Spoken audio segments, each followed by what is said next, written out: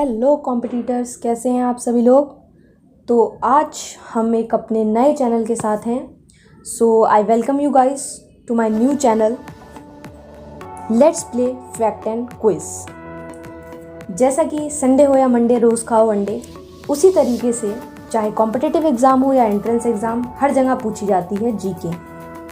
तो अगर हमें किसी भी एग्ज़ाम, चाहे वो कॉम्पिटिटिव हो चाहे वो एंट्रेंस एग्ज़ाम हो, उसमें बैठना है, उसे क्वालिफाई करना है, तो जीके एक बहुत इंपॉर्टेंट रोल प्ले करती है। तो अब हम फटाफट आते हैं अपने क्विज की तरफ। तो हमारा जो पहला क्वेश्चन है क्विज का वो है, the battle of Plassey held in option A 1755, option B 1756, option C 1757 and option D 1758। अगर हिंदी में देखें तो प्लासी का युद्ध कब हुआ था? 1755 में, 1756 में, 1757 में एंड 1758 क्वेश्चन है, उसका आंसर है सी, दैट इज 1750। तो जो फर्स्ट क्वेश्चन का आंसर है वो है 1757। अब इसको याद करेंगे। इसमें जो ट्रिक है वो इसके नाम में ही है। जैसे सबसे पहले प्लासी की स्पेलिंग क्या है? PLASSEY, प्लासी। अब इसको कैसे याद करेंगे? P फॉर 5, S मतलब स, तो 2 S है तो क्या हो जाएंगे 7, 2 7। तो प्लासी में क्या काम का है? एक तो P काम का है और डबल S। तो P फॉर 5 मतलब पा मतलब 5 और SS फॉर सा, दैट इज 7 मतलब जो भी आंसर होगा 577 होगा। अब अगर हम इस 577 को देखें जो कि कैसे आया है, P S और S से, तो 577, 2 7 हैं, 2 7 हैं और एक 5 है। तो हम क्या करेंगे, एक 7 को फर्स्ट पोजीशन पे रख लेंगे, एक 7 को लास्ट पोजीशन पे रख लेंगे और 5 एक ही है तो उसे बीच में रख लेंगे। तो 5 7 7 को जब हमने अरेंज किया तो 7 2 हैं तो उनको हमने फर्स्ट और थर्ड पोजीशन पे रख लिया और 5 एक ही है तो इसको बीच में रख लिया, जिससे कि दोनों 7 के बीच लड़ाई ना हो। तो आंसर है 757 और इसके आगे क्या लगा लेंगे हम अपना 1। यानी प्लासी का बैटल कब हुआ था, प्लासी का युद्ध कब हुआ था? 1757 में। तो हमारा जो क्विज का सेकंड क्वेश्चन है वो है, world AIDS day held in. Hindi में अगर हम इसी को कहें तो विश्व एड्स दिवस कब होता है? ऑप्शन 1 दिसंबर, ऑप्शन बी 1 नवंबर, ऑप्शन 3 दिसंबर and option 4 5 December.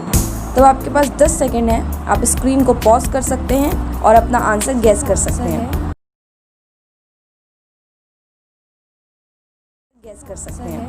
First that is 1 December. Next question का जो आंसर है, वर्ल्ड एड्स डे कब होता है? तो आंसर हो जाता है 1 दिसंबर। दैट इज़ 1 दिसंबर को जो है वर्ल्ड एड्स डे, विश्व एड्स दिवस होता है। अब याद कैसे करेंगे? पहली बात तो एड्स बीमारी पूरे वर्ल्ड में है तो वर्ल्ड एड्स डे होगा। अब एड्स कैसे याद करेंगे कि एड्स 1 दिसंबर को होता है वर्ल्ड एड्स डे। तो एड्स उठा लीजिए क्योंकि हमें एड्स से मतलब है, हमें ये याद करना है वर्ल्ड एड्स डे कब है, तो हमने एड्स उठा लिया। अब एड्स को जब हमने लिखा AIDS, तो इसमें हमारे पास इसी में आंसर है। A और D से हमें मतलब है। अब D ही क्यों लिया हमने एड्स में? I से तो कोई मंथ होता नहीं है, A से हमारी कोई दूसरी ट्रिक है। हमने D क्यों लिया? हम ऐसे सितंबर भी याद कर सकते थे। तो सबसे पहले तो D से दिसंबर, यानी एड्स का जो वर्ल्ड एड्स डे है वो होगा दिसंबर के मंथ में। इतना तो हमें कंफर्म हो गया कि दिसंबर के मंथ में वर्ल्ड एड्स डे होगा। अब हमने दिसंबर ही क्यों लिया? क्योंकि जब एड्स होता है तो ऑलमोस्ट ये लाइलाज बीमारी है, इसमें इंसान की डेथ हो जाती है, तो यानी वो अपनी आखिरी स्टेज पे होता है। तो आखिरी, इसीलिए हमने आखिरी मंथ लिया, दैट इज़ दिसंबर। यानी जो एड्स डे है वो दिसंबर में होगा।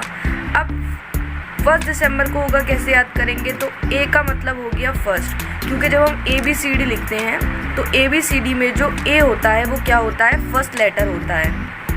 तो ए मतलब क्या हो गया? First letter. तो ए से मतलब हम क्या समझेंगे? फर्स्ट। तो एड्स कब होता है? 1 दिसंबर को। ए से हमने याद कर लिया फर्स्ट लेटर है तो फर्स्ट, और डी से याद कर लिया आखिरी महीना है तो डी फॉर दिसंबर। जो क्वेश्चन थर्ड है हमारे क्विज का वो है पृथ्वी को और किस नाम से जाना जाता है। पहला ऑप्शन है नीला ग्रह, दूसरा ऑप्शन है सफ़ेद ग्रह, तीसरा ऑप्शन है लाल ग्रह और चौथा ऑप्शन है पीला ग्रह। अब अगर हम इसी को इंग्लिश में पढ़ें तो earth is also called as number 1 blue planet, number 2 white planet, number 3 red planet and number 4 yellow planet. तो अब आप फटाफट अपना स्क्रीन पॉज करके आंसर गैस कर सकते हैं और फिर हम आपको इसका सोल्यूशन बताएंगे ट्रिक के साथ। ब्लू प्लैनेट और नीला ग्रह। अब जो हमारा अर्थ है, जो पृथ्वी है, उसको हम ब्लू प्लैनेट कहते हैं, दैट इज़ नीला ग्रह कहते हैं। अगर हम अपने अर्थ को देखें तो 71% पार्ट अप्रॉक्स अर्थ में वाटर से मिलके बना है और 29% अप्रॉक्स लैंड है। मतलब अर्थ का, पृथ्वी का ज़्यादातर जो भाग है वो वाटर से मिलके बना है। तो जब कोई भी ऑब्जर्वर, कोई भी इंसान अर्थ को उसकी सरफेस से ऑब्जर्व करेगा तो उसे जो अर्थ है इस वाटर के वजह से नीले कलर का लगेगा, ब्लू कलर का लगेगा, जिसकी वजह से अर्थ को नीला ग्रह या ब्लू प्लैनेट कहते हैं।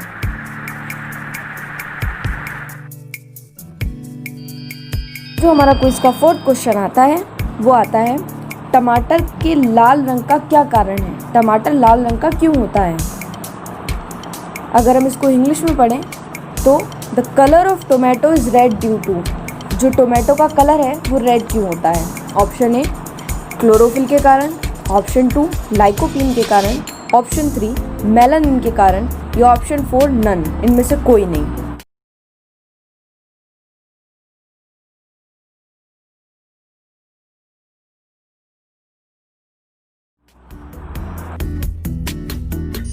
नेक्स्ट आता है कि टमाटर लाल क्यों होता है, टोमेटो रेड इन कलर का क्यों होता है। तो टोमेटो में एक पिगमेंट होता है लाइकोपीन। ये लाइकोपीन रेड कलर का होता है, जिसकी वजह से जो टोमेटो है वो रेड इन कलर होता है। इसको याद करेंगे, ला से लाल, ला से लाइकोपीन।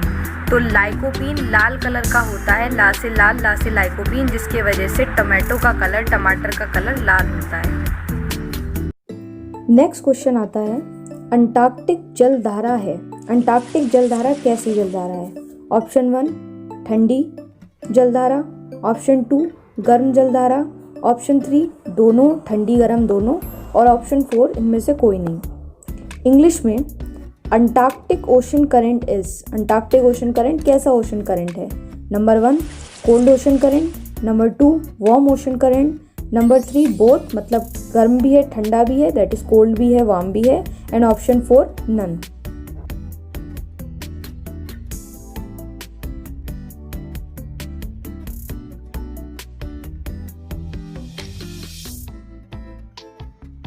क्वेश्चन नंबर 5 का आंसर है A, that is cold current या फिर ठंडी जो है हमारी पृथ्वी है, हमारा अर्थ है, और यहाँ पे एक साउथ पार्ट में जो है एक कॉन्टिनेंट होता है, एक महाद्वीप होता है अंटार्कटिका।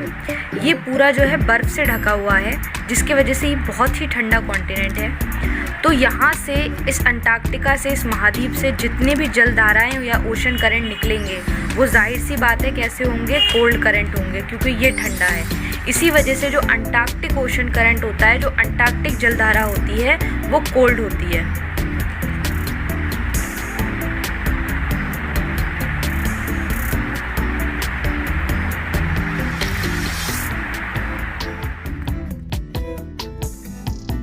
तो हमारा नेक्स्ट क्वेश्चन आता है, सबसे पहले हिंदी में, इतिहास का जनक किसे कहा जाता है। इसी को अगर हम इंग्लिश में कहें तो who is known as the father of history. Option number 1 Aristotle, option number 2 Herodotus, option number 3 Hecataeus and option number 4 Thomas coal.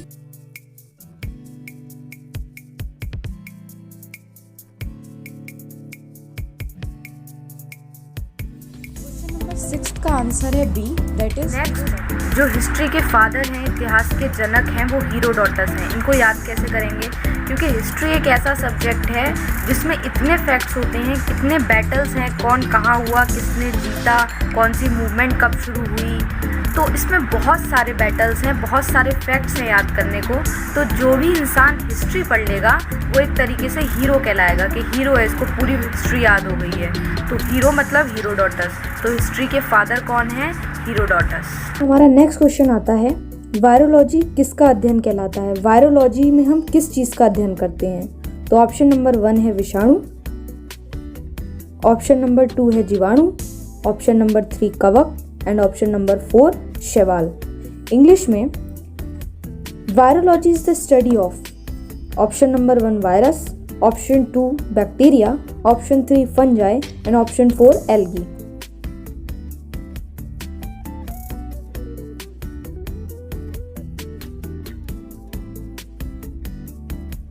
Virology, तो वायरोलॉजी दो चीज़ों से मिलके बना है, वायरो प्लस लॉजी।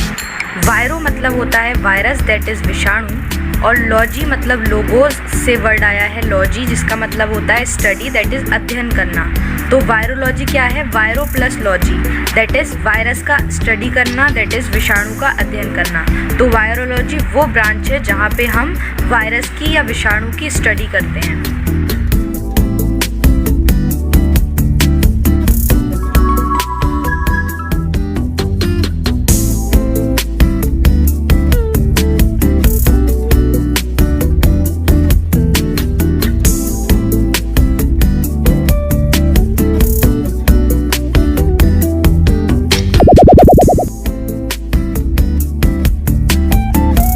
नंबर 8 का आंसर है डी, दैट इज 0.03% जो है CO2 प्रेजेंट होती है।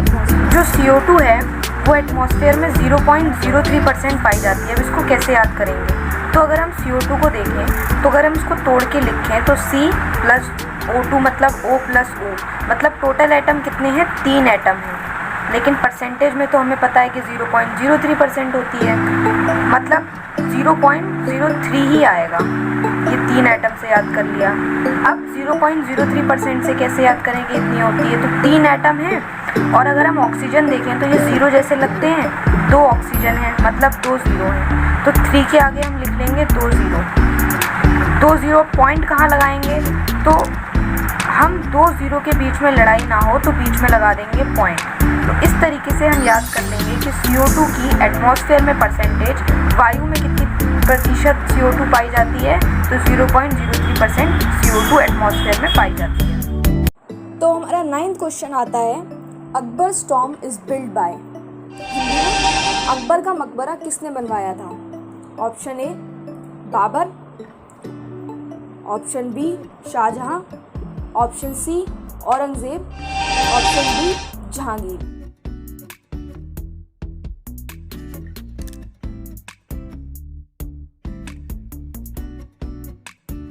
तो इस क्वेश्चन का जो आंसर है वो है ऑप्शन डी जहांगीर, मतलब अकबर टॉम, अकबर का मकबरा उनके बेटे जहांगीर ने बनवाया था। तो जो जहांगीर हैं वो हैं सन ऑफ अकबर, अकबर के बेटे जो हैं वो जहांगीर हैं।